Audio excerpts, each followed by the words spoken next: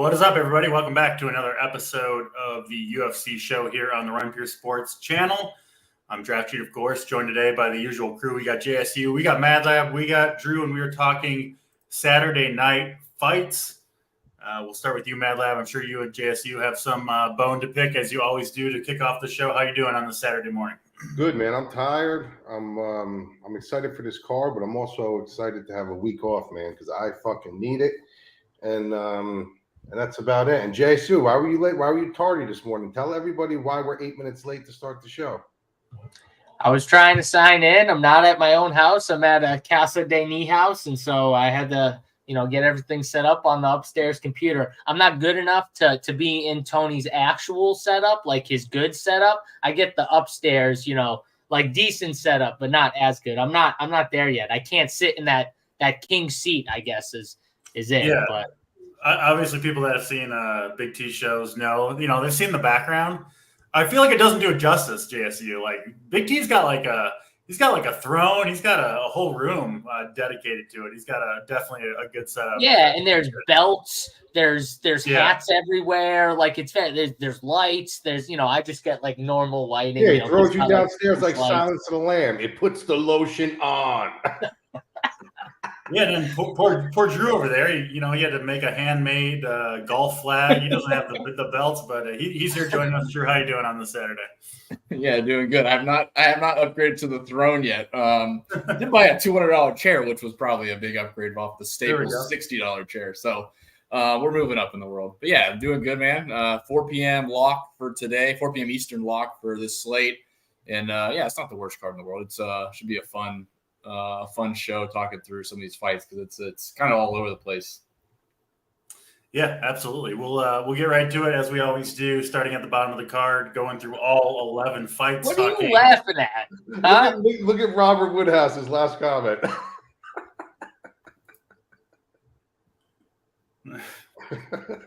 It's not as funny as you think it is.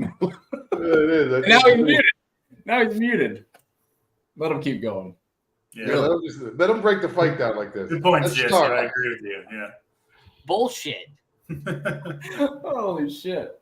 Yeah, JSU, you got one of Big T's workbenches behind you. I'm sure. I'm not touching that couch. You already told me there was work done on that couch, so I don't even go near that thing. Like, it's a good move. You gotta be careful where you go in Casa de Niehaus, as you said. All right, let's get to these fights. We got 11 of them to talk about. We'll start with the first fight on the card, of course, as we always do. Tamiris Vidal is a -250 favorite over Montserrat Rendon. Might have butchered those names, but Mad Lab, you'll correct me if I did. What do you got between these two fighters? Yeah, I'm not interested really in this fight. But you know what's crazy about this? We talked about this last week, I think, or the week before, how I usually try to stay away from like the first fight of the night, especially if it's low-level female MMA.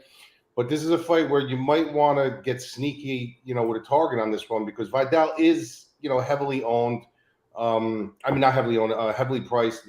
Rendon is a fighter that really, she's fought nobody. I mean, if you really go through her amateur record and stuff, like she's really fought nobody. I mean, nobody that would even scratch the surface of the UFC. There's no rhyme or reason why they called her up.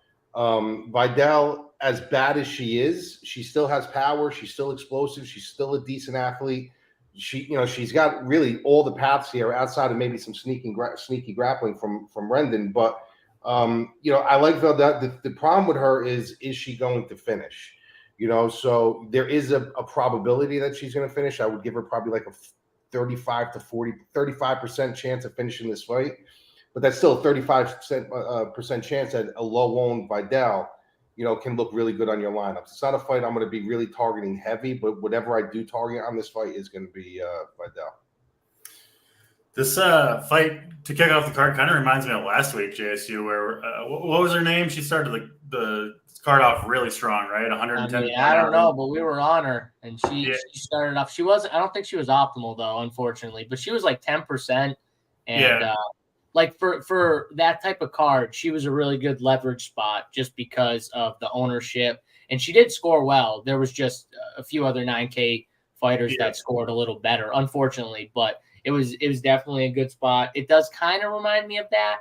Now, I will say I saw a huge like gap in that fight last week, and I said it on the show that there was like a huge gap, and that's why she had that type of upside. I think there's a gap here. It's pretty big. I don't know if it's as big as it was last week with Vidal, but I could see her finishing this fight. Rendon, like Madlab already said, she's not very good. Throwing strikes, she doesn't really throw many kicks. I think Vidal's just better everywhere, so I could see her getting a finish. She got that like jumping, like switch knee finish last time where she just caught the girl and just dropped her with that one knee. But that was, in my opinion, was like, okay, whatever. That's kind of fluky. A fluky strike, yeah. Yeah, she got lucky with it. She throws looping strikes too. They are heavy, but she doesn't like throw as many like straight. It's a lot of it's like looping. Okay, she has some power. So this fight to me, I'm going to be over probably. If I'm 150, I'm over on this fight just because of the ownership on Vidal. But I'm not going to be on Rendon. I don't see a path where she's getting this victory. Yeah, makes sense. Drew, what do you got for the numbers between these two ladies, and where do you stand on this fight? Yeah, I have Vidal at 33% and Rendon at 15%. So this card's really interesting. So like just to start off these shows, try to give some context to like lineup construction. And honestly, there's not a lot of strong inside the distance favorites. It's very spread out, even for dogs. There's some dogs that have the same inside the distance number as some of the favorites. So lineup construction, as far as ownership, is not going to be as polarizing this week. So Vidal is still going to get a healthy sum of ownership. Overall, though, Vidal stands out. I mean, I think she could finish via submission. I think that's the path. But yeah, that's the lean. 9K for her, I think, is still fine. I don't have a ton of interest in Rendon, even at 15%. But I just wanted to point that out there. Like, there's really not a lot of strong finishing odds that stand out. Most of them are all around 30 to 40% implied to finish. So I think ownership's actually going to be pretty spread out outside of Mangone, which we'll get to here in a little bit. Makes sense. That's Rendon and Vidal. We do stay in the women's division for the next fight. Two chick fights to start off this card. It is Mizuki minus 350 over Hannah Goldie. I think Mad Lab, another kind of in my opinion at least, like kind of a lower level women's fight. Yeah, but Mizuki, big favorite, minus 350. What do you see between these two? Yeah, first, Uncle T, hope you're feeling better. I see you in the chat. I know you had surgery. I hope you feel better, bro. So Mizuki, 9,200, Goldie, 7,000. Goldie is one of the, what do you call it?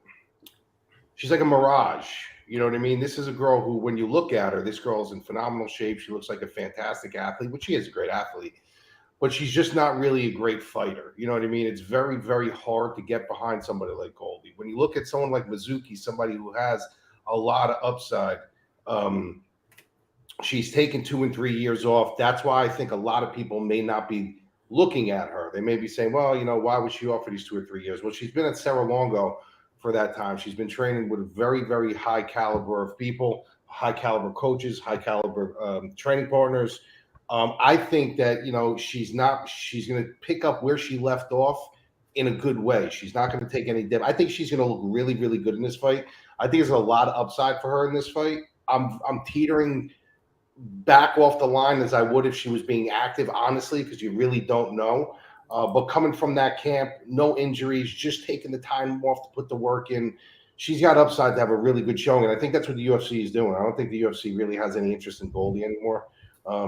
She's good for what she is, but I think Mizuki does have the upside here, and I think she can, she can pretty much dominate her either a 30-27 or possibly even a finish here. So the $9,200 price tag bothers me because of the 3-year layoff.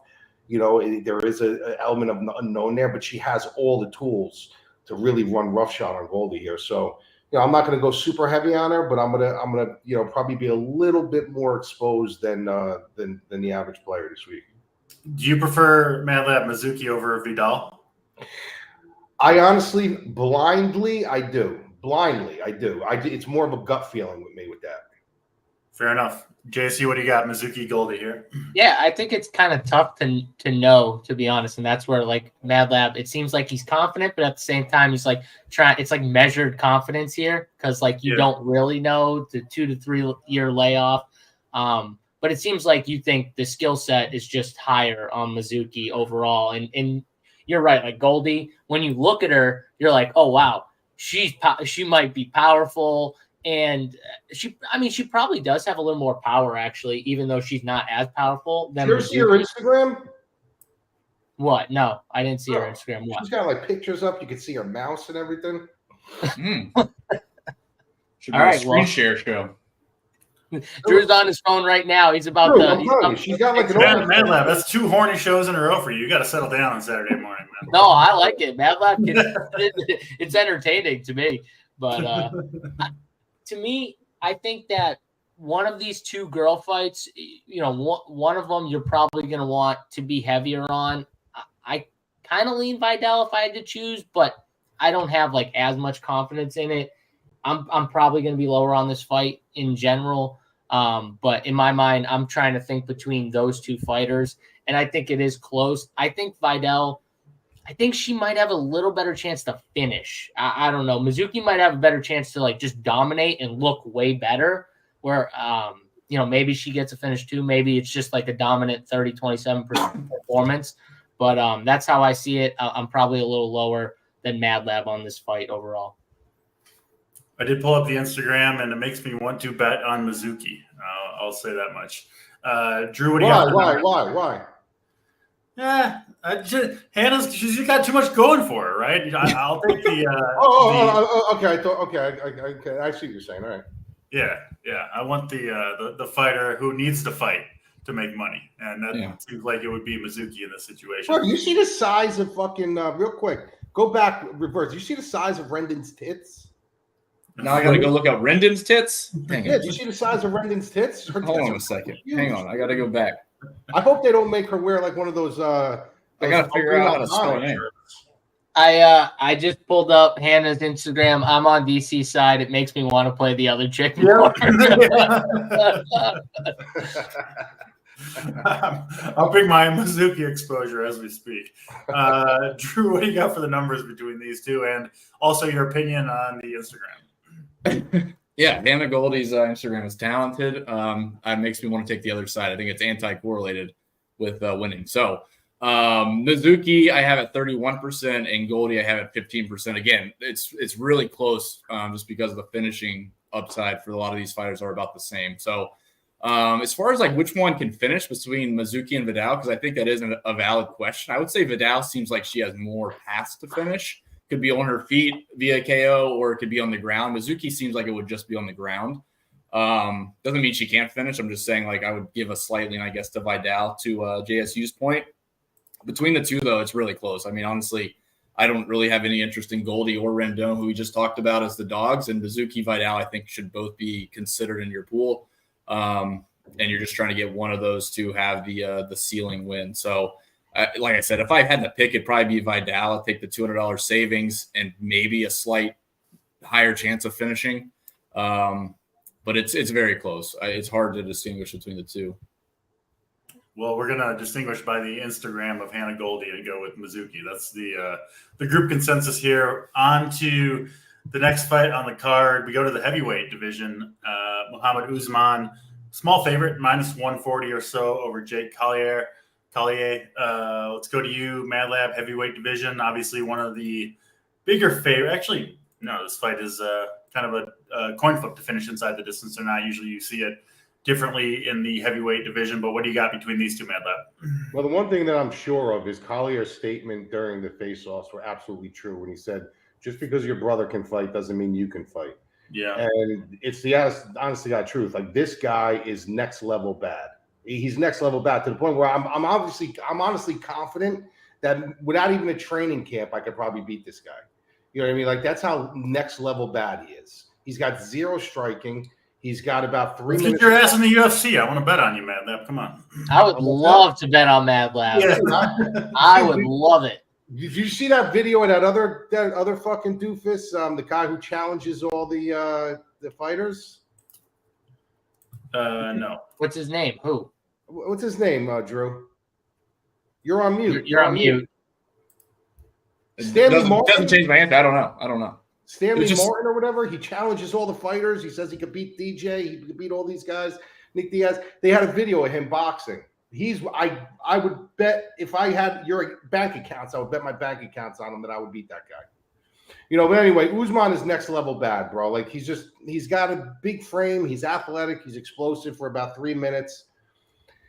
And he's a heavyweight. So it's like, obviously he could knock you out. He can, lay and prey on you. The problem I have with Collier in this fight is that he's a natural middleweight. Like a lot of guys don't understand that he's a natural middleweight. So this is a guy who I still don't know how he gained all this weight. I don't know if it was a thyroid function issue. I don't know what it is. But if you look at him in the past as a middleweight, this dude was fucking shredded, fast, sharp, good skill set. Now it's like his thyroid either shut down or he just, who knows what. Or he just ate a bunch of pizza. Yeah, DC though, I still find it hard to believe that when you're training like you're not shedding any of the weight. Like you actually got to cut weight to be a heavyweight. So something like biologically happened with him where his body just started like spilling over, but he still has that middleweight mindset, which he uses a lot of volume. He uses that like smaller guy sharpness to him, which I do like, but then you got to factor in, he's not really a true heavyweight. So where do you go from here? I just could never pick Usman in any spot. I just can't pick him. Like, he gasses out. He's athletic. He's got a lot of oxygen to fill up, to recover those muscles with ATP and lactic acid and stuff like that. Collier at least is going to be the much better fighter. Like he is the much better fighter in there, the more experience, better hands, more volume. So I got to lean towards Collier on this side, but like I said, low-level heavyweight fight, buyer beware. You got to keep this one a little bit even. I'm going to go a little bit heavier on Collier, but I can honestly see this fight going to the cards, as crazy as it sounds. I could see this fight being just a fucking boring ass fight going to the cards. So I'm gonna have a little bit lower exposure, but because it's heavyweights, I gotta have some, and I'm gonna have a little bit of heavier lean on Collier. Makes sense to me. Just looking at these two fighters, like I don't know. You would guess Usman, right? He's got the bigger name. He looks like he's in better shape. And this line seems fishy to me. So I like the Collier upset call. What's your call here, JSU, between Collier and Usman? Honestly, I don't want to play either of these guys. To be honest, I don't want to be on this fight at all. I will say though, I do agree with Mad Lab. I think this is a fight that could just go to the cards as a decision, and I kind of like Collier in that instance. And he's plus 400 to win by decision. So I like that. If you're, someone who just wants to take a few shots on some higher odds stuff, you got some money, you want to throw in a few fun bets like that, plus 400, two guys that aren't really that good, but I could just see, them getting into a spot where they both kind of get a little tired later and they neither can finish each other. And it's both just a boring fight where, Collier ends up, edging out just because I think he's just, Usman, like Mad Lab said, he's just terrible. And after 3 minutes, it's a tough scene for him. So I'll lean Collier, and I'll probably, bet the win by decision because I think at plus 400, it's not a bad shot to take. Everyone wants these heavyweight fights to finish, but these two guys just, I don't know. I just don't see it. I think it goes over 1.5. I think it probably goes to the cards too. I like that. I like the Collier plus 400 bet by decision better than the DFS play. But let's go to you, Drew. What do you got for the numbers, ownership-wise, and your pick for this fight?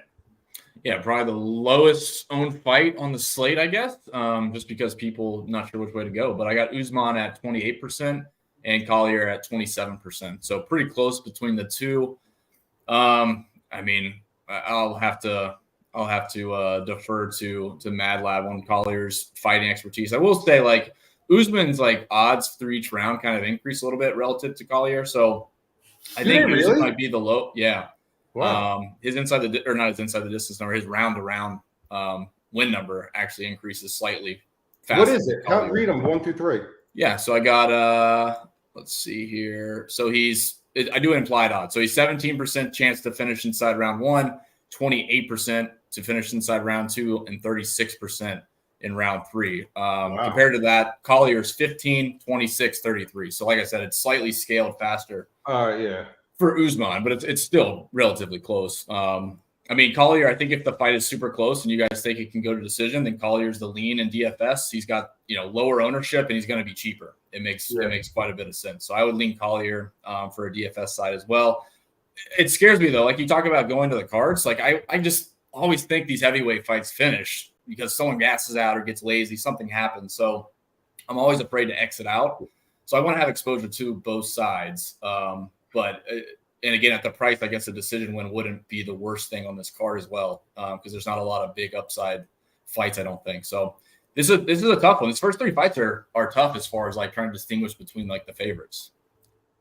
Yeah, definitely. Heavyweight fight that might go to the cards, which you don't often see. So kind of a unique fight there. Next fight on the card is by far the biggest discrepancy in the line.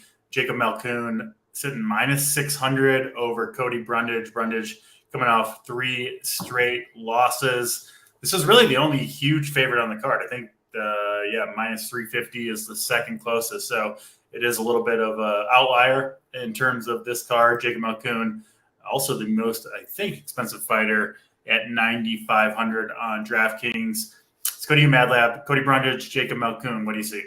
Yeah, so I'm not going to spend a lot of time on this. I mean, I think I'm not giving anyone any new information, telling you guys that Brundage doesn't even belong in the UFC. You know what I mean? So, I mean, it's obvious Malkoun is the guy who's put in this place to win this fight. Brundage is coming in, off a loss. I don't care, short notice, whatever you want to call it. The guy's just not good. If he can't get his wrestling going, he's shit out of luck. He's got about 3 minutes to win this fight. That's what he basically has. He has a 3-minute window to win this fight. And if he doesn't win this fight, Malkoun, after that 3 minutes, Malkoun's going to take over. The issue that you're going to run into now, and I run into the DFS part of it, is 9,500. Is he going to finish the fight? And if he doesn't finish the fight, is he going to cover his value? I don't have a lot of these fights ending inside the distance. I see a lot of these fights going to the cards.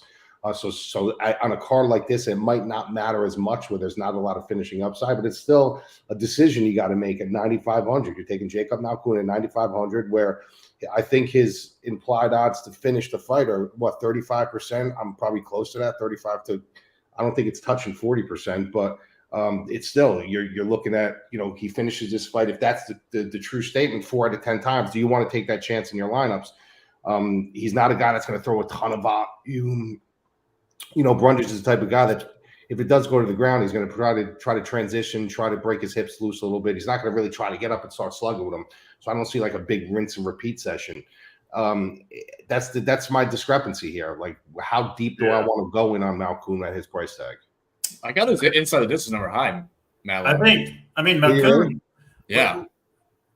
In his last 3 fights, he won all 3 by decision: 131, 129, 115 DraftKings points. He's averaged 8 takedowns over his last 4 fights, which is a number you don't often see. And I mean, Cody Brundage, he barely even defends takedowns. He jumps the guillotine, right? Pulls guard and jumps guillotine all the time. Well, he also doesn't. He also doesn't try to get up. So so that's the thing, right? It just seems like a great matchup for Malkoun to me. Yeah, go ahead, JC. Yeah, I mean, that's the thing what Mad Lab's saying, and I get what he's saying. You're not going to get the rinse and repeat takedowns over and over if the guy just wants to stay on his back. You'll get control time though, for sure. And I do think Malkoun could finish the fight, but I don't know if you're going to get the 8, 9 plus takedown type of performance that you're going to want in a decision win. And that's how he's scoring those big 130 plus DraftKings in decision wins. And if he does that, obviously you're very happy. So does he have the upside? Yeah. Is he going to finish him? Maybe. Brundage is he's just low IQ, puts himself in bad spots. So he could get finished, honestly. He just does. He's does going to get finished in the first round, JSU, I think. Yeah. So I agree with Mad Lab, though. This is a fight where I'm not touching the dog. I'm just not. So, we've talked about a lot of the favorites already. I think there are dogs, as we get into this card a little more that you can take chances on. I'm just not messing with Brundage. I just can't do it. So it's either Malkoun or pass for me, and it's all about that price tag. And if you think he gets the early finish, or if you think he dominates and just, puts on the control time and the pressure for 3 rounds, which I think you either want the early finish or the domination of 3 rounds of a decision win, honestly, or late finish. So, I mean, that's the way I see it. I agree with Madlab, though. I think a lot of these fights are going to be cards, going to the cards, like decision wins. I see a lot of them that way. And we do the pick sheet over at RPS, and you'll see, like, on my picks, you'll see a lot of win by decision type picks, because I do see this as a card where we're going to see a lot of, decision type. Me too. Fight. We're like the only group, though. A lot of people. What is it with this fucking new terminology these fucking newbies are using now? Violent spot. What? It's so fucking. Who are you listening to? I see these things on Twitter all the time. I like violence in this fight. Violent spot. Violence. That's a fucking violent spot. I mean, I like fight. fighting too. Isn't fighting violence? Like, yeah, but I know, but like one person says it and the world starts saying it. Violent spot. What do you like in this fight? I like violence. I mean, it's like anything. You start. It's like anything, though. You start it. It's like a trend. One guy says it, and it's just violent spot. Violence. I only listen to my guy Mad Lab. I don't listen to the other jamokes out there, so it doesn't matter. But yeah, I don't know. After doing a few shows with you, I understand now why you got so angry when I was, during the early days of the pandemic about my tweets about fighting. You just get pissed when you think someone doesn't know what they're talking about. No, it's not just kidding. It's not know what you're talking about. If you believe there's going to be a finish, there's going to be a finish. But what the fuck? Everyone all the violence, man. Yeah, tell us how they're going to finish them too. You might as well. I mean, come on, give us something. Don't just say violence, though. Mad Lab definitely gets pissed off though when he hears people who don't know what they're talking about. He can lie and say he doesn't. No, I do, bro. I do. Gets pissed. No, I get mad at people who fucking talk about other fighters like being bums and oh, how come he couldn't do this or how come he couldn't do that? And I'm like, bro, you've never even you have no idea what it's like to even have your lungs on fire. Never mind getting punched in the face 150 times. You never even laced up a pair of gloves. Like, who are you to fucking make fun of these guys? That's the shit that pisses me off. I agree. Yeah. Drew, Cody Brundage, Jacob Malkoun. I'm sure, like, by the numbers, maybe Malkoun looks overpriced to you, but interested to hear what you have for ownership numbers here. Yeah, a little bit overpriced. It just really depends on if he can finish, because he is going to be heavily owned. I got him at 50%, which is crazy. And I stand corrected, like Mad Lab. I mean, it's his inside the distance number is high relative to this card, but it's not high for a $9,500 fighter. I mean, that's a big difference here. I got him under 50%, but like a $9,500 fighter, we should see it like 80% or 75% or something like that to finish. So, this one's tough. 9,500, 50% owned. I want to go underweight that, but I mean, it's hard to exclude him from your pool because you could definitely build lineups where that is an optimal lineup, where like he's an optimal play. And you get some dogs in there. So yeah, I don't want any Brundage. I just don't see any path where that's feasible. I have him for what it's worth. I have him at 8%. But yeah, it's Malkoun. I mean, I guess I would just go underweight the field. I'm not one of those that would just fade completely the $9,500 guy. But the upside does seem capped relative to most 9,500 fighters. But again, it's relative to this card, so I could still see it playing out in a favorable fashion. Yeah, put me on record. Jacob Malkoun on the winner on DraftKings tonight. Next fight on the card, Andre Fiallo. DC, if you're right, if he scores the most points, who's your favorite football team? Kansas City Chiefs. All right, I'll send you a nice card. I got to look through my collection. Yeah, Malkoun's putting up a big score. I'll say that. DC likes the biggest favorite on the card. He likes the Kansas City Chiefs. Who else do you like? I know. DC? Who's your favorite basketball team? Atlanta Braves, right here, JSU. Yeah, that's right. He's a Braves fan. He's a Braves fan. I mean, come on.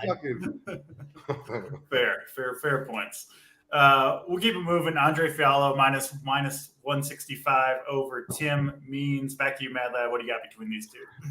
I'll tell you one thing. Despite who you think is going to win or lose this fight, this is a fight that you definitely want to target. I think the price is very, very off, though. I do agree that Fiallo has the quicker upside to finish this fight. He's got the more power. He's got a little more pop in the shot. He's more spry. But at the end of the day, when you look at it, you look at him, the guy's chin is becoming dustier and dustier. His last 3 losses, he lost by KO. Tim Means, 50 fights in, 39 years old. He wears it too. But the guy is the better, more skilled fighter. The guy knows how to get dirty in there. They call him Dirty Bird for a reason. He's got nasty elbows in the clinch. He's got good, fundamentally sound striking. He's got sneaky grappling if he needs to use it. This is a dude that if this thing goes a little bit deeper and he starts finding his rhythm, he without a doubt can finish Fialho. So I don't agree with this price. I do agree that there's probably going to be a finish in this spot. Just because of value reasons, because of the price, because it's the big gap, I'm going to have some of Fialho because he's got the very early upside to catch Means and put him out. But I'm going to be pretty invested in Means here at 7,300. I think he holds some really, really good value on this card at 7,300 in a fight that I'm projecting to go to, not make it to the cards. I like it. 7,300 Tim Means, if he does pull the upset, probably a good chance to get to the optimal JSU. And yeah, I like Mad Lab's analysis there. And I like the Means call. What do you got between Means and Fialho JSU? Yeah, I agree. I think Means is one of the better dogs on this card for DFS. 100%, 7,300. And I do think he can get the job done. Fialho definitely has more power. So I get what Mad Lab's saying about early upside in a finish. I could totally see that happening. But man, Tim Means is just he's going to grind, and he's going to grind on you, and he's not as powerful, but he can still get it done. And he didn't look that bad to me in that last fight, honestly. So I think Tim Means has a really good shot to win this. I don't have it finishing, though. I have Tim Means winning by decision. I think he can just grind on him and grind out a decision win. I don't know if he has the power, but again, Fialho's chin is dusty. You look at who he got knocked out by, though. I mean, Buckley, they're different type of guys than Salikov. They're different type of guys than Tim Means. But I think Tim Means gets this thing done. I think he grinds out a win, and I like him for DFS. 7,300, you can sign me up for being heavy on Tim Means on this type of card at 7,300. Yeah, right there with you. Drew, what do you got for numbers with Means and Fialho? Yeah, I guess I'll be a little different. Fialho is probably going to be my highest exposure. And I think it's just upside on this card. Yeah.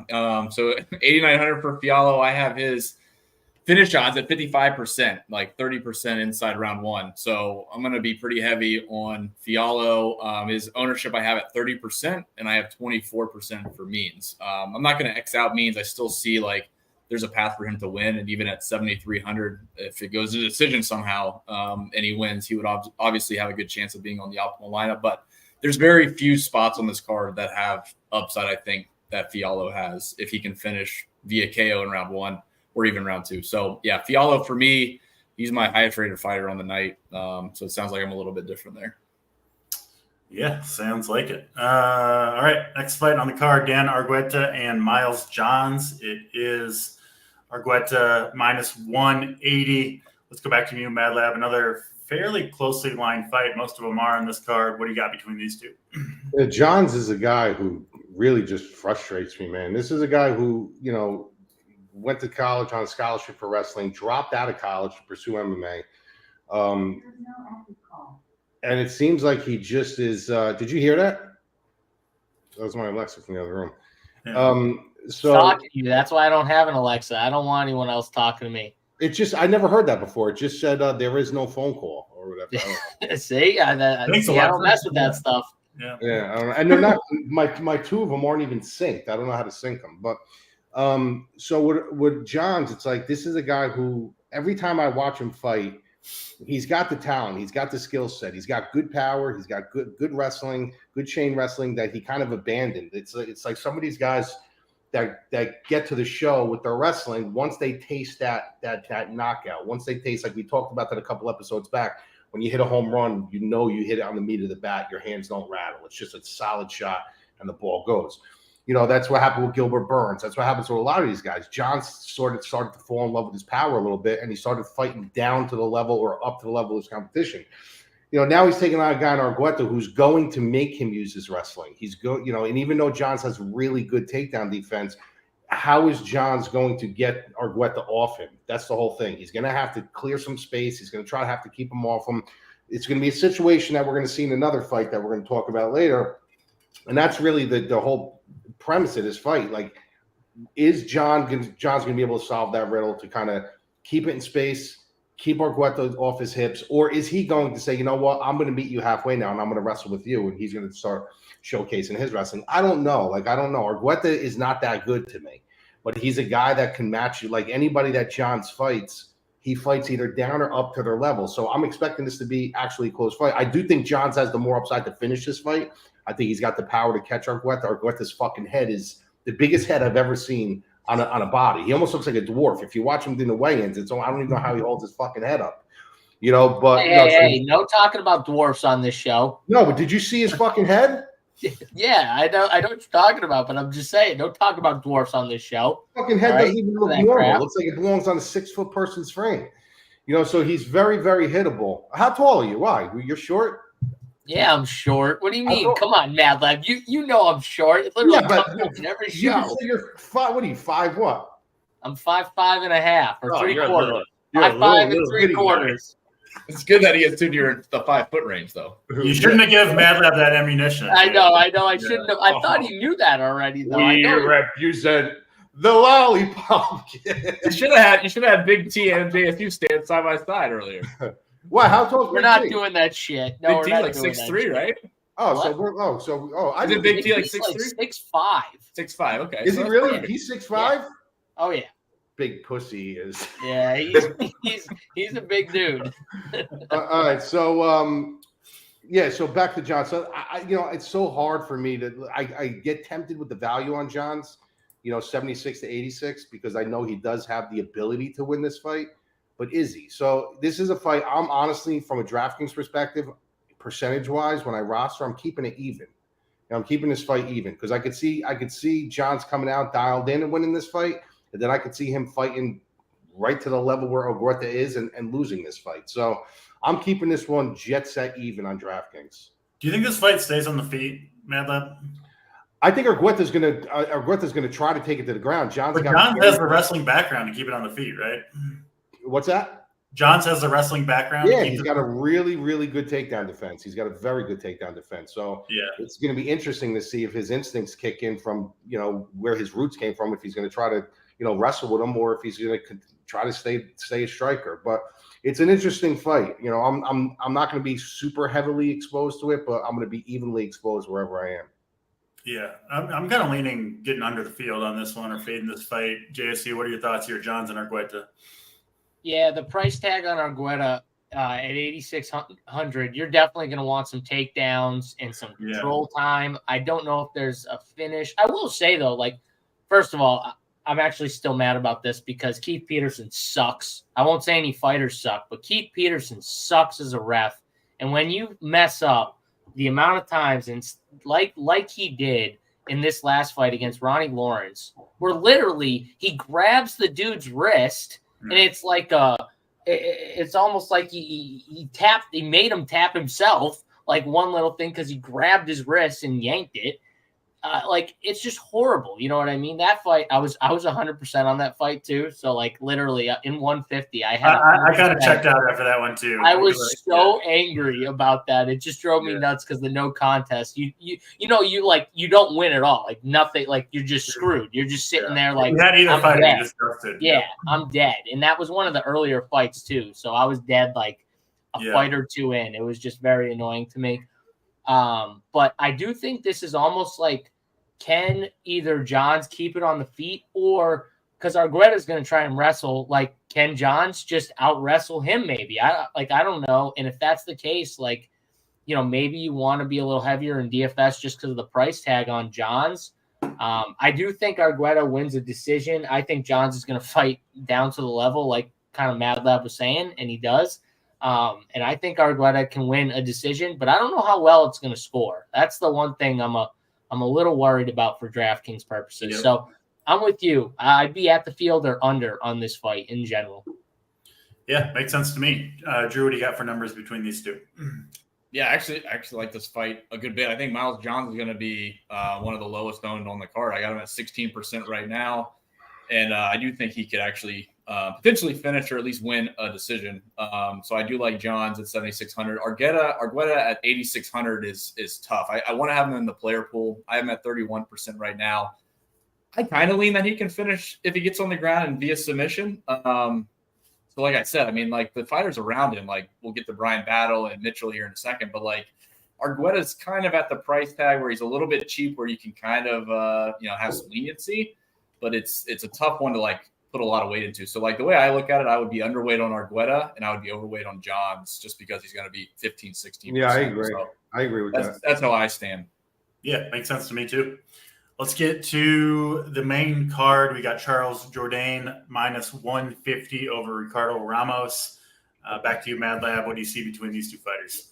Yeah, so, we talk about I forgot who we talked about this before, but we did. I know it was on a recent show on how sometimes the UFC makes a big mistake and they bring people in a little bit too early. And I said this a long time ago about Sage Northcutt.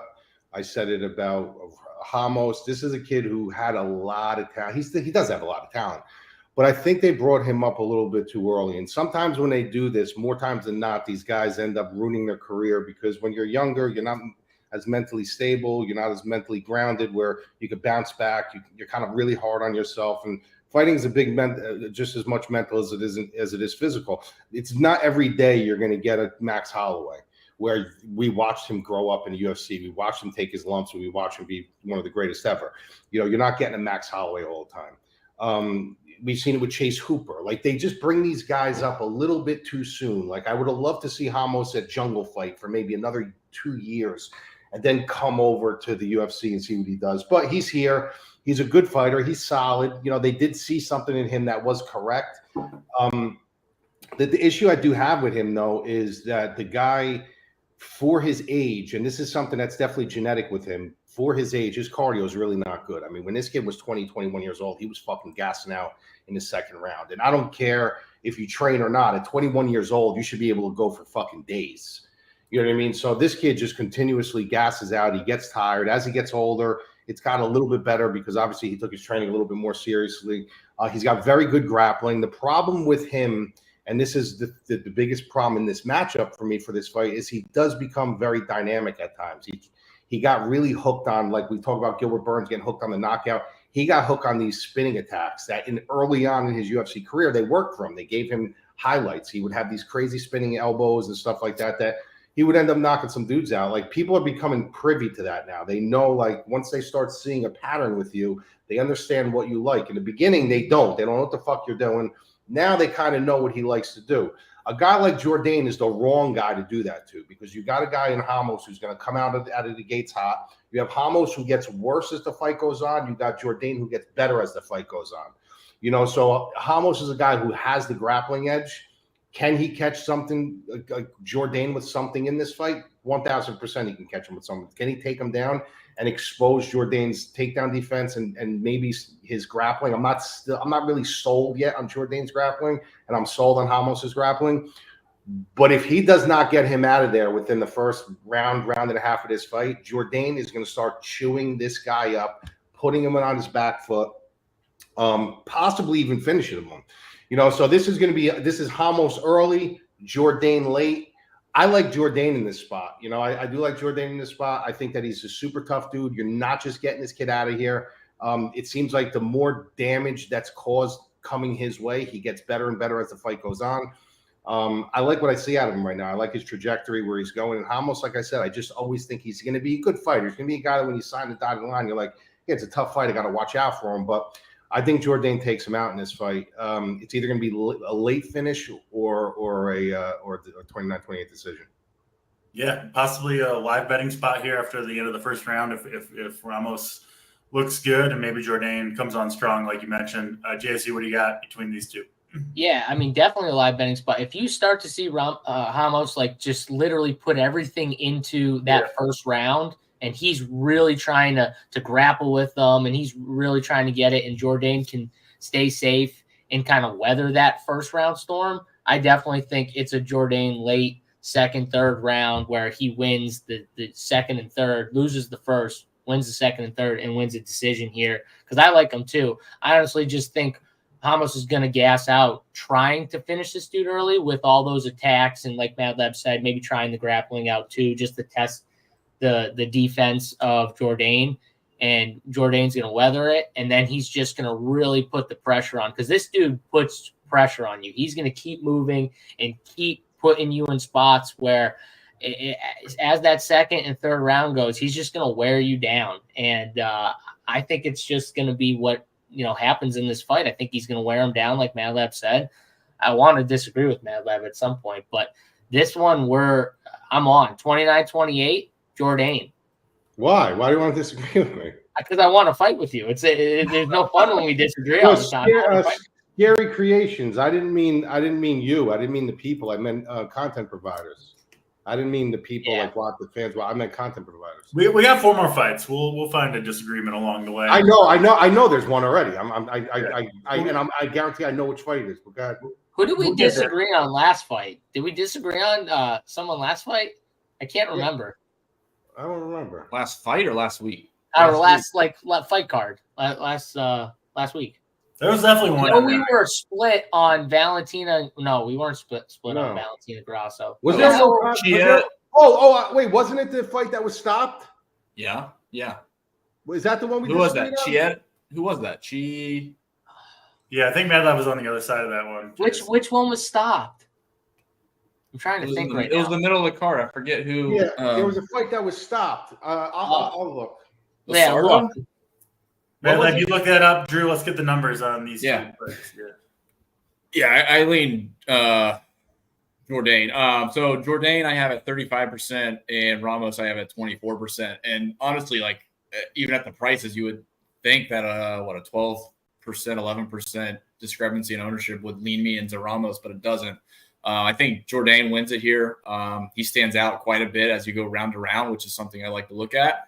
So for me, Jourdain's a clear-cut guy that I want to play over Ramos in this spot. And honestly, Ramos, still going to get decent amount of ownership. A quarter of the field is going to play Ramos. So I probably just put everything I have on this fight, whatever I want to allocate to this fight, on Jourdain and take my lumps elsewhere. So yeah, Jourdain 35%, Ramos 24%. I lean Jourdain a good bit. Yeah. Oh, it was the Charez and De Silva fight. Charez, okay. Yeah, that makes sense. Another stupid fight. Yeah. You know what? I got to be honest with you. Before we go on, a lot of people are giving the ref shit about that. I'm both ways on that. Like, if you really watch it, it looked almost like he was playing possum with the ref to get out of the position. His arm went completely limp, dude. The only thing that he didn't do that he should have grabbed his wrist to see if it dropped, almost like in wrestling. That's what you got to do. You got to grab. That was a no contest, right? That fight. Yeah, but still, like his wrist did literally flail down the guy's body and drop. Like that would have forced. I'm more on the side of Mad Lab. I thought they were going to give him the win. Honestly, I thought they were going to give Charez the win. They should have. I thought they should have too. Yeah. There's some bad ones, like the Argueta Ronnie Lawrence one was a bad one. I don't look at that as a bad one, honestly. I think it was bad that they didn't give anyone they didn't give Charez the win. I feel like if the ref stops it there, I mean, he was in the position, right? He made a mistake. He didn't pick up his arm to see if he held it up. But the fact of the matter is, he didn't do any favors. But his arm was like this. Yeah, I'm with you. We'll keep it moving though. Next fight, AJ Fletcher, Brian Battle. Similarly lined fight, Battle -185 on DraftKings Sportsbook. What do you got here, Mad Lab, between Battle and Fletcher? Yeah, Fletcher confuses me, man, because this is a guy I was watching on the regionals, and he's got such a genetic prowess about him. Explosive, powerful, good wrestling. He's got all the tools. He really does. He has all the physical attributes to be a good fighter. The two attributes that concern me with him is not his chin, it's his conditioning, and it's his cage IQ. Those are the two things that are really bad. And I talk about tapering all the time. I talk about how you can't taper your cardio to your style. You have to taper your style to your cardio. You know what I mean? And this is a guy who just hasn't figured that out yet. This guy goes full bore, and doesn't keep in the back of his mind, well, I don't have good cardio to do this for 15 minutes. You know, so he hasn't figured out the taper yet, you know, and I don't know if he's ever going to figure out the taper because some of the decisions that he makes in the cage are very questionable. So it shows that he's really not very cage IQ. Doesn't mean he's not smart outside of the cage. Doesn't mean he, you know. So the one thing that people are overlooking in this, though, is that, or they don't know, is that where would you want to train if you have bad cardio? You want to train at altitude, right? This guy moved to Colorado. He now lives in Colorado. He moved there with his girlfriend. His girlfriend wanted to change the scenery. They ended up moving. So this kid has a full camp in Colorado, walking, going to dinner, sleeping in altitude. Like, it's just not there training for a couple of weeks. Like, his body is now adjusted to altitude, where now he's coming back down to Vegas. So I'm expecting his cardio to be a little bit better. I don't know. Like, this is assumption on my end. If you're living there and you're training there, it's got to be easier when you come down to elevation. I've never lived in elevation.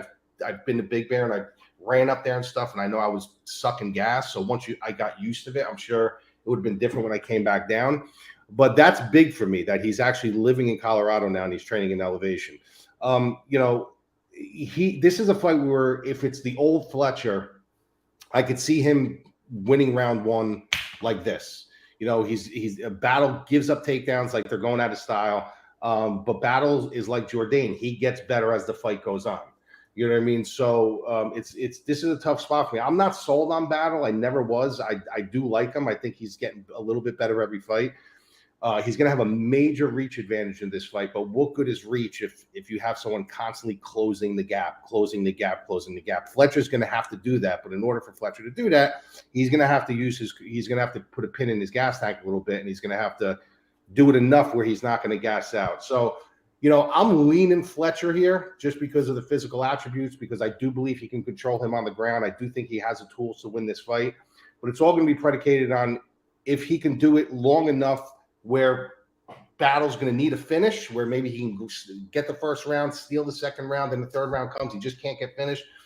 Or if he's going to completely gas out and Battle's going to come back and Battle's going to finish him. So I think there's upside on both ends of this. I think Battle, if he does win the fight, he possibly finishes him in the third, but I'm leaning Fletcher here. I'm leaning Fletcher to steal this one. All right, Mad Lab with the upset call. Fletcher sitting around plus 160 and pretty cheap on DraftKings too. JSU Fletcher sitting there at 7,500 could be a good upset pick there. What do you got, Fletcher and Battle? Yeah, I get it. I think the reach he's going to struggle with a little bit more. Even the Garimba fight, he struggled a little bit with Garimba's length and stuff like that. So I know he got him there, obviously, but I think Battle's a little bit better than Garimba.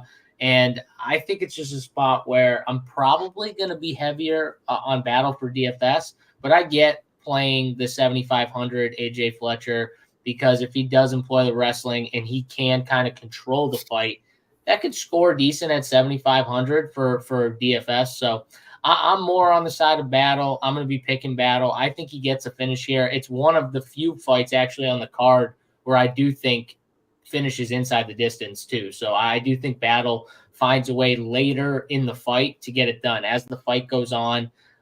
So I'm heavy on Battle for DFS and 8,700. I think this finishes inside, so it'll be either submission or knockout. So I like him. Very nice. Drew, what do you got for numbers, Battle and Fletcher? Yep, I got ownership for Battle at 34%, and I got 27% for Fletcher. Yeah, I'm with JSU a little bit. I think Brian Battle is the guy that I would play. I think his finishing upside is pretty high relative to the other fighters on the card, especially up in the upper 8K range. So yeah, for me, it's Brian Battle. I might have to add in a little bit of Fletcher. As of now, he grades out pretty poorly for a dog, actually. Even the finishing upside isn't really worth it, I think, at the ownership being close to 30%. So, I mean, if Mad Lab likes him, I might add a little bit. But for me, Fletcher at 7,500, 27% owned, that's a tough one for me to get behind. So I'll consider that. But for me, Battle at 34%, 8,700 is definitely in play, and I would be pretty heavy on that spot. All right, that's Battle. Fletcher, we do go back to the women's division for the third to last fight. Marina Rodriguez minus 320 over Waterson Gomez. Rodriguez, good fighter, but not the best DFS scorer in the world. I think this one could potentially be a fade, but let's go to you, Mad Lab. What do you see between Waterson Gomez and Rodriguez? Yeah, I mean, we've seen this before, right? We've Yeah. just seen this a couple of years ago. I don't understand why they're, re-signing this fight unless it's a confidence booster for Rodriguez. I love Waterson. She's won me a lot of money in the past. But the thing with her is, at her age now, she is what she is. And the problem with her in her entire career is that she's a natural atomweight. Before she came to the UFC, she was an atomweight, and they don't have that division in the UFC. So no matter where and when she fights in the UFC, she's always undersized. It's her, Tisha Torres. Like, these girls are very good, but it's that little bit of that little inch that you need to get over the top. And that is it with girls like Tisha Torres and her. It's the atom weights, the size. She doesn't have that natural size. So how does she overcome that? She's a very good karate-based style. She stands outside. You got to kind of pin her down because she's always all over the place. She throws her front kicks to keep you at range, to keep you honest. And her grappling is very good and very slippery. You know what I mean? And she's marketable. The UFC likes her because she's very marketable. But she's on if you look at her past 5-6 fights, I mean, it's L, L, W, L, L, L. Like, she's losing a lot of fights. And it's basically that hairline, and it's her favorite move is this head and arm throw that is a 50-50 move at best right now when you're two size equivalent. When you're her size and you're doing it to a bigger girl, the chances of her rotating position and landing on top of you is pretty good, and it's a high risk, high reward move that she banks on all the time. And her path to victory here is to try to do that. So I don't like that. I like Rodriguez. I think Rodriguez just fell on a little bit of hard times. I think she's going to get back on track here. I think she's going to literally piece Waterson up in this fight. Finishing Waterson's not easy. You know what I mean? She's very tough. She looks like the girl next door, and she's pretty and she's marketable, and you may be deceived by that. But finishing her, she actually comes on stronger as she's getting pieced up. So I'm not expecting her to go down. If this fight does get stopped inside the distance, it's probably from a referee stoppage, not from her doing. I can see that happening. I could see Rodriguez throwing just a combination to her against the cage where she's just shelling up and she's not responding. But I agree with with UDC as far as the points, 9,300. You really got to be weary of that. She's 100 plus points, 0.5. Her current market value is 0.5. So her last 5 fights, she hasn't hit her current market value or her 100 plus. So that's something you definitely got to consider. Then you got to factor in, Waterson's durability. I don't like Waterson here. I'm going to probably only have about 10% of her in case it's a war and maybe she gets a loss and she can stabilize a couple lineups here and there. But I'm going to probably be a little bit more exposed in the field on Rodriguez just for that philosophy where people are looking at her numbers a little bit too much, where there is potential for her to possibly really tie it all together and just completely outclass Waterson on the feet. Smaller cage, you got to remember her movement's not going to mean as much as it does in a bigger cage. She's going to get cornered in a lot more. She's not going to have a lot of room to move. So Rodriguez is going to be on her all fight, and it's really going to be up to her to lay the hands on her. Yeah, all makes sense to me. I'll be lower on this field in the field for sure. JSU, what do you see? Waterson, Gomez, and Rodriguez. Yeah, this is a fight where I think Rodriguez wins, but for DFS, it's either dog or pass for me. I get what Mad Lab's saying, almost like playing against the field, where it's like the field is going to see the scoring and, Waterson being tough and everything, and just saying like, okay, I'm not going to pay up for her. So she probably comes in lower owned. I just think the girls actually, the favorites that we talked about in the beginning of the card, are just better plays, and I'll take my chances with one of those two outscoring Rodriguez and being on the optimal over Rodriguez. So, yeah, I'm low on this fight. I probably will have more of the dog, if anything. And, I mean, my pick would be Rodriguez by decision, but I'm lower for DFS. Yeah, I hear you. Drew, what do you got for numbers here between Rodriguez and Waterson Gomez? Yeah, one of the lowest owned fights, if not the lowest owned fight. Rodriguez at 21% and Waterson Gomez at 17%. So I don't really have too much to add to this. I just think Rodriguez at this spot's a fade. I mean, I think she probably wins in a decision, but there's on a GPP, there's other upside spots. So Rodriguez isn't in play. And then Waterson Gomez, I just don't see a path. I just see like Rodriguez has a clear path to winning via decision if she controls the fight. So I think I'm just going to fade the fight entirely. I think I'm with UDC. Just this, of all the spots on this card, this seems like a spot you can probably go take a drink break. Yeah, this one beats me. I can live with that, but yeah, not going to this fight myself. Let's get to the last two fights, two best fights on this card, in my opinion. Bryce Mitchell is a moderate favorite, sitting around minus 200 over Dan Ige. I think this one could be interesting, Matt. I'd be interested to hear your breakdown between these two. Yeah, I went back and forth on these last two fights, literally back and forth, because I love Ige. I always did. He's another guy who won me a lot of money in the past. And Bryce Mitchell, he ended up growing on me. I wasn't a big Bryce Mitchell guy, until his fight with Barboza. That's when I really, really started, gaining a lot of respect for him. And now that I'm at that point where I have respect for him, I'm kind of losing respect for him a little bit with all these conspiracy theories and where's his head at, and his ex-girlfriend killing his crops and attacking his farm, and going on a show the other day talking about how gravity's not real. The guy's just kind of unraveling a little bit. So then I went that way on him. Then I heard a couple interviews with him that brought me back towards him a little bit, where he was actually very almost insulted about his last fight against Topuria, where he said the fight shouldn't even have counted. I was really, really sick. I never told my coaches I want that instant. I wanted a rematch after this fight. You could see all of a sudden now that his passion was there. He didn't like that loss. His passion was there. So it kind of brought me back on him a little bit. The problem with this fight is Dan Ige, man. Dan Ige is a problem for anybody. This is a guy who is extremely durable. He's got good grappling that he only uses when he needs it. He's got very good striking. His power is very underrated. He ties his punches together very, very well. His punch accuracy, everything about what he does is what you want to see in a fundamentally sound fighter. That's what Dan Ige is, with durability. So this guy has the ability to kind of charge the pocket, and he knows he's going to count on his chin to get him there. The price should not be there. The value side is Ige. The value side is definitely Ige, because he's going to bring a war to Mitchell. The problem with this fight, though, for me, where I start leaning on Mitchell a little bit more, is that if he does start securing takedowns, getting up, I don't care how good your get-up game is, Mitchell does not let you up. He's got very good transitions. He ties his movements together very well. He knows how to advance position. He's very, very, very creative. He's got a very Eddie Bravo type style of grappling to him that no belt is going to give you. That's just in your mind. It's just being a creative person.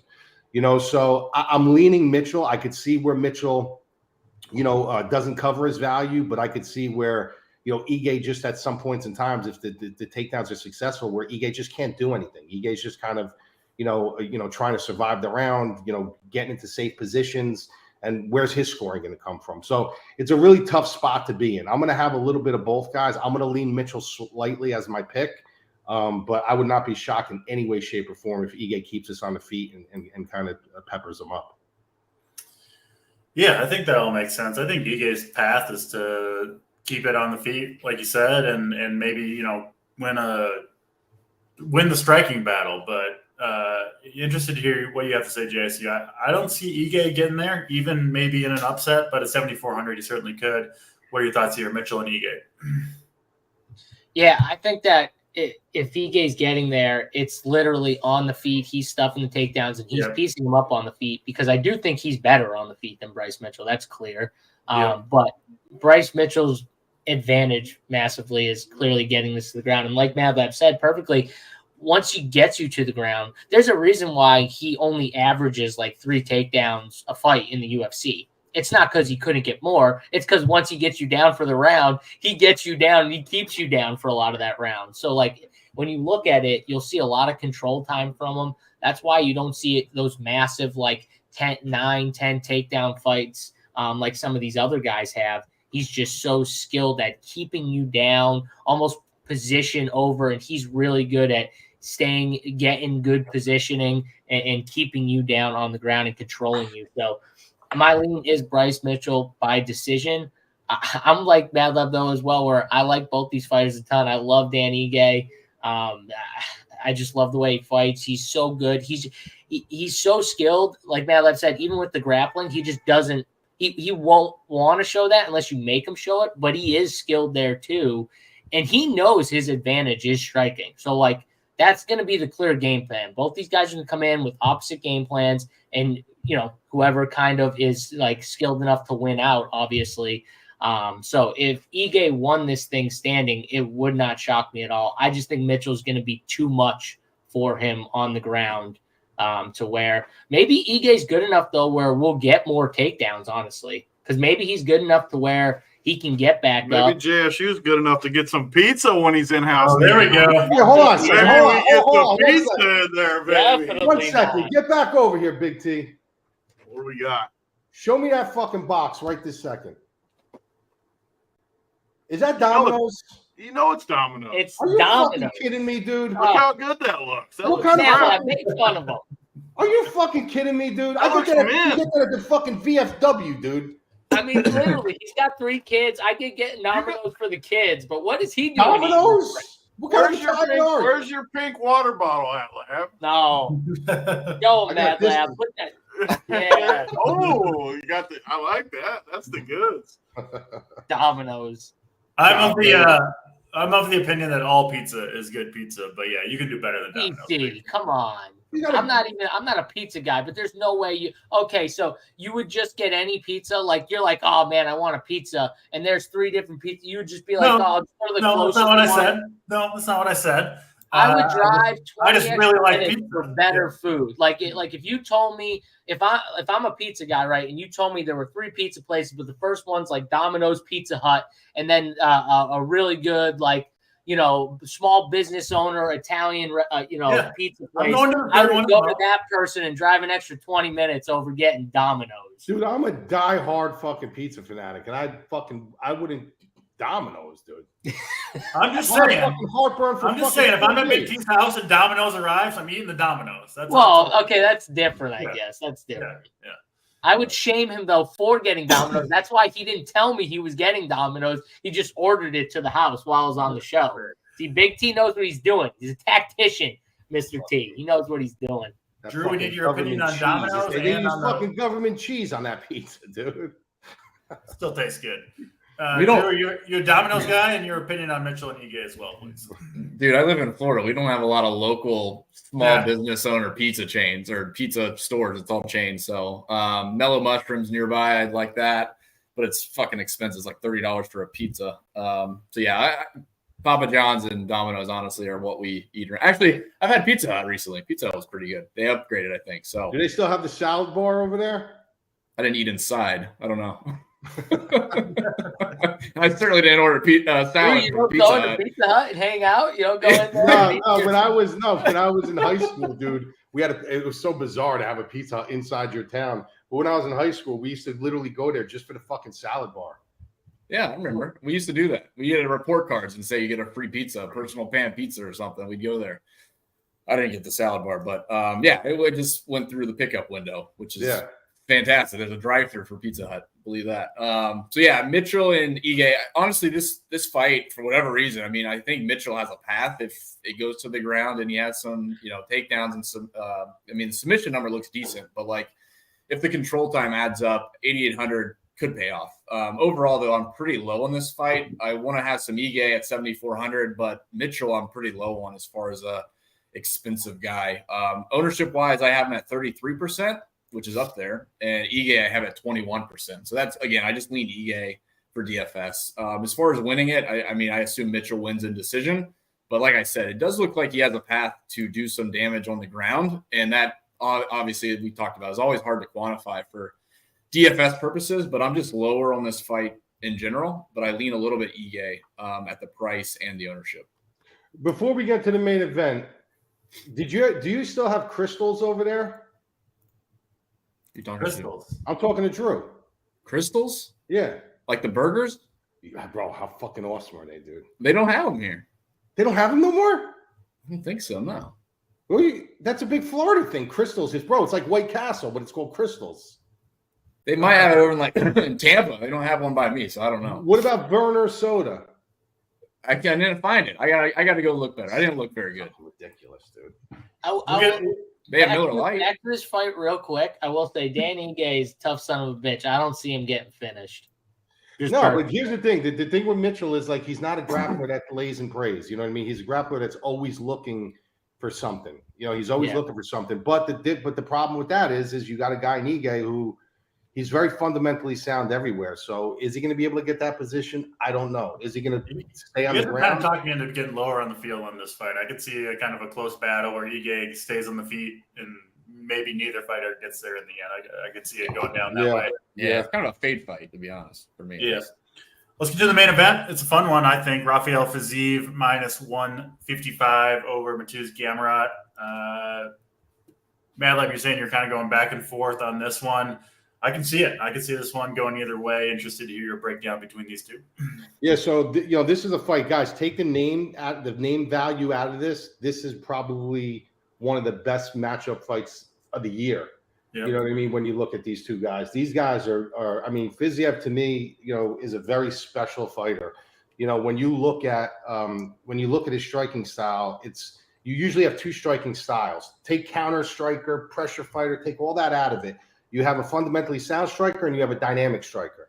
You know what I mean? He's a very fundamentally sound striker with a dynamic style. You don't have that mesh, often.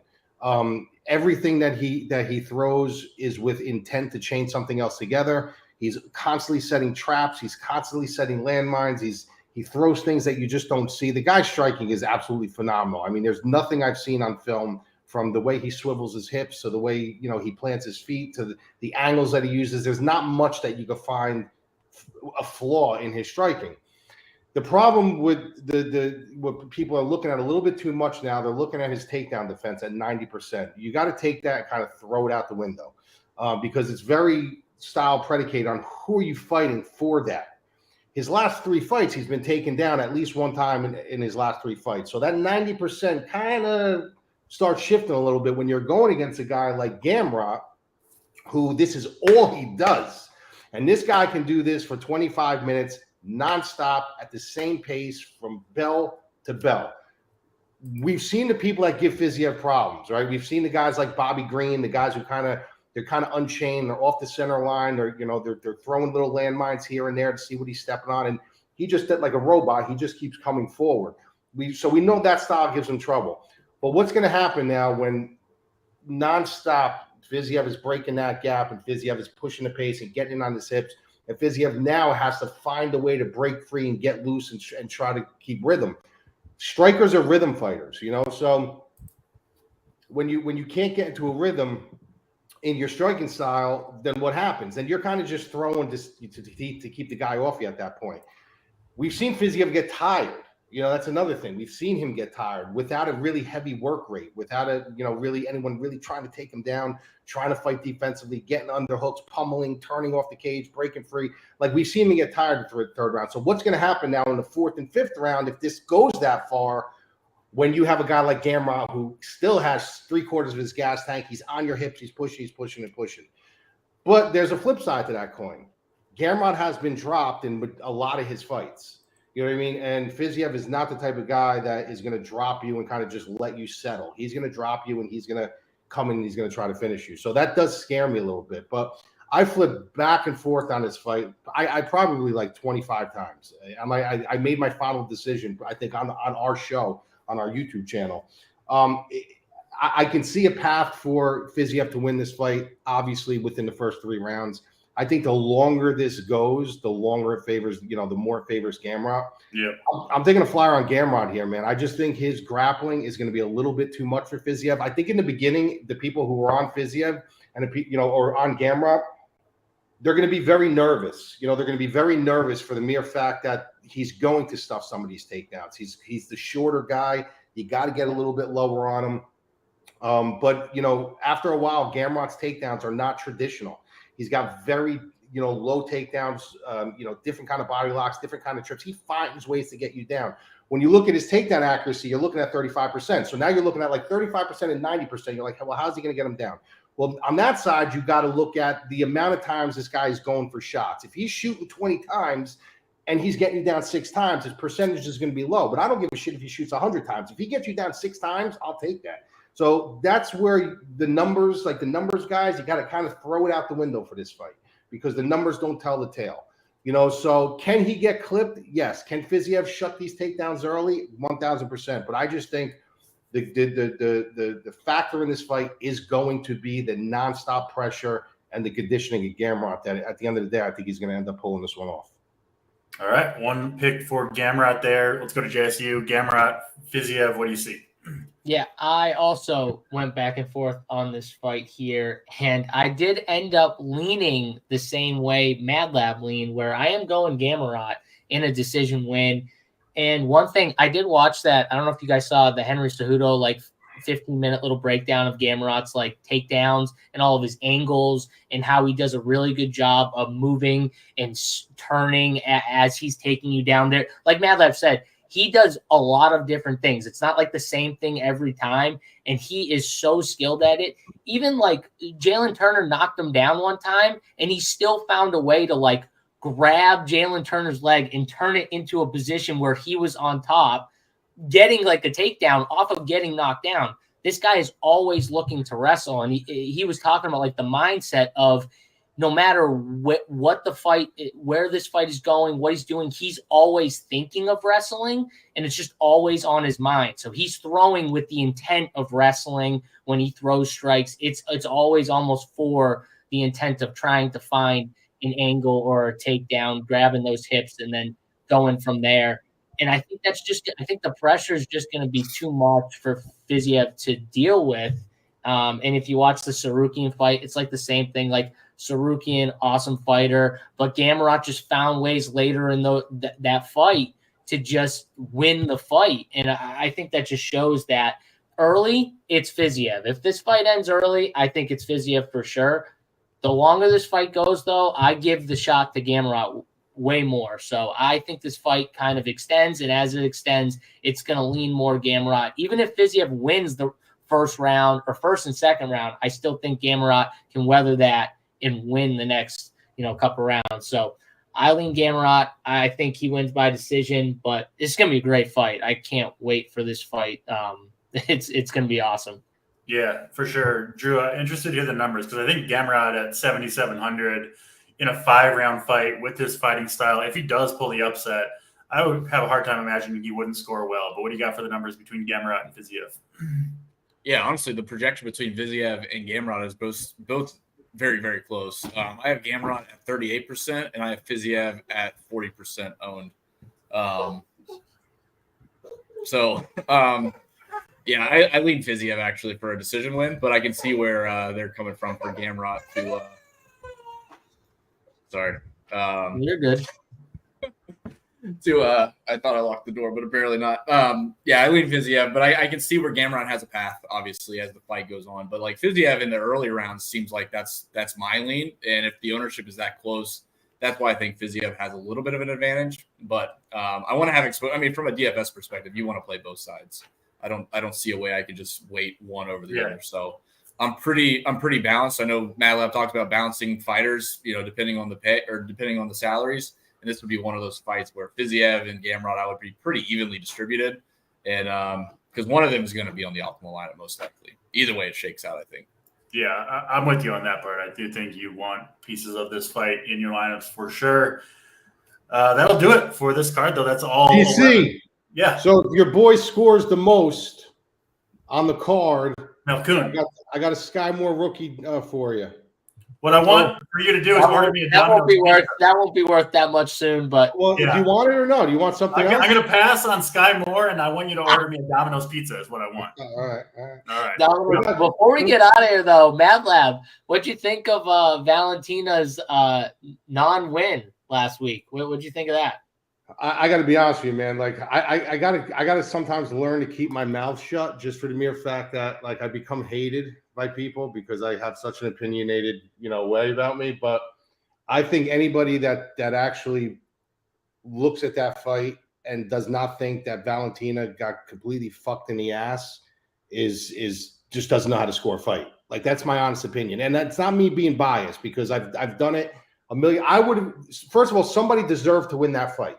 It was such a good fight that that's my opinion. No matter what, I would rather Mike Bell say, 10-9, and then even another round to Grasso and let her win.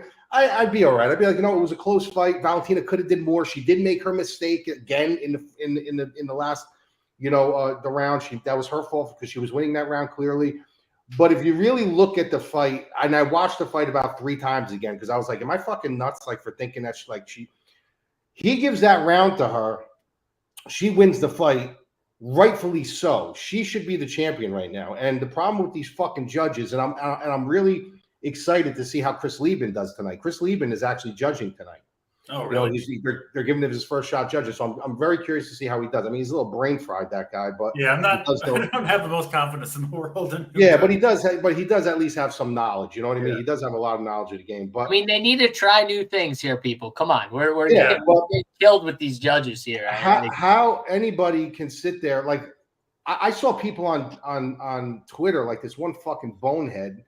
See, this is where I get myself in trouble. This one fucking bonehead is fucking posting videos of her saying, hashtag champ. And I'm like, bro, first of all, she didn't fucking win. It's by default when it's a draw, you keep the belt. They can't just take your belt and give it to somebody on a draw. She didn't win the fucking fight. Does she retain the belt? Yeah, but nobody won money. Nobody won a fucking bet on it. And the fact of the matter is, if you watch that fight 3 or 4 times, or even again, and just watch it carefully, scoring criteria, the way the criteria is written, I didn't write it. I just follow it. Valentina won that fight. If you were in my Discord and you saw the way I was scoring it, I didn't score. There was something to be said that it could have possibly been 4-1. You could have possibly did it. You know what I mean? But that 10-8 round, I'm not a conspiracy theorist. You'll never hear me say the fix is in. You'll never hear me say nothing like that. But that needs to be investigated. That scorecard. And I talked about how I think we should fix this, how we could fix this. Very simple. I did about a 20-minute thing on it on our show on our page. Is why, if something like this happens, why do the fighters have to come to the podium and why did they have to explain? The commission should say to the judges, look, you're not going to do this every fight, but if there's something that does pop up, you're on call that you're going to have to go to the podium and you're going to have to answer some questions to the media on what you saw and why you scored this fight. That's it. You don't got to do it all the time, but if you have a botched card, if it's a controversial card, like Dana White, like the fighters, like everyone goes to the podium for 5 minutes and grabs the microphone and explains themselves, you're going to have to go up and you're going to have to explain yourself and watch how these cards tighten up. Makes sense to me. I like that. I like that idea because then they know they're at least on the hook to have to explain how they don't have to answer to nobody, bro. They don't got to answer to nobody. They can just do whatever they want and then they just run away. I mean, clearly that was the way to let her keep the belt. I mean, come on, let's just be honest. She didn't win the fight. That was the way of being okay, she gets to keep the belt by default. And not a conspiracy, I guess, but it's just, I mean, that's just the way I see it. That because she didn't win the fight, like Mad Lab said. I think it was clear. I think it was clear 3-2, 3-2, 3 rounds for Valentina, 2. Maybe you could have gave another round to Valentina. Did you see how they dig so deep into the rule sets? When situations like this happens, now all of a sudden it's not the opponent's hand is down. Now it's got to be down. The weight bearing. The weight bearing, yeah. It's come on, bro. What is it? Yeah. I mean, make it clear, clear and obvious, like football with the catch rule. Please make these things clear and obvious. You shouldn't need to dig into it. JS, or not. I bet you're with me with this on JSU, but if you watch enough football, I can almost always tell if it's a catch or not, and if they're going to overturn it. People are like, "Oh, what's a catch?" I always know if it's a catch or not. And bro, how do we have to wait 10 minutes for a decision after? It just drives me nuts. It drives me nuts. But my one last thing, Mad Lab, and you might disagree with me on this, but I totally you should a championship fight should never be a draw. Should never be a draw. Never. It's the stupidest thing ever. I mean, you want to make 3-round fights. You want to make 3-round fights a draw and it's not a belt thing, fine, whatever. I don't think there should be a draw ever. Someone needs to win. Make a criteria where if it's really a split, then something edges out the other. But something we can't have these fights be draws. Did you see Sean? Did you see Sean Shelby in the face? Yeah, his face. He goes, "What?" Yeah. He was like, "What? What do you mean a draw?" Because he went. Buffer went over to him, told him the result. And I know. Yeah. But you're right. There should be a criteria in there that says, listen, in a championship fight, guys, do your damnedest to stay away from a draw. Yeah. Fair enough. That's wrapping up last week, and of course this week we are off next week, the first non-event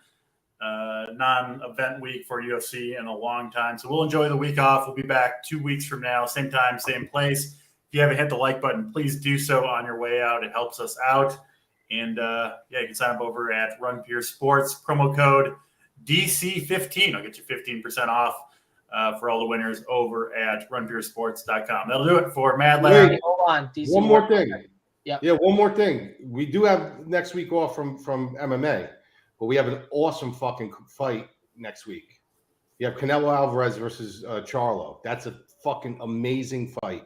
Amazing fight. Both of those guys are the most dominant guys in their division, meeting each other. That is going to be a fucking nasty fight. So if you guys aren't into boxing and you're going to get into boxing, it's probably a fight you definitely should watch.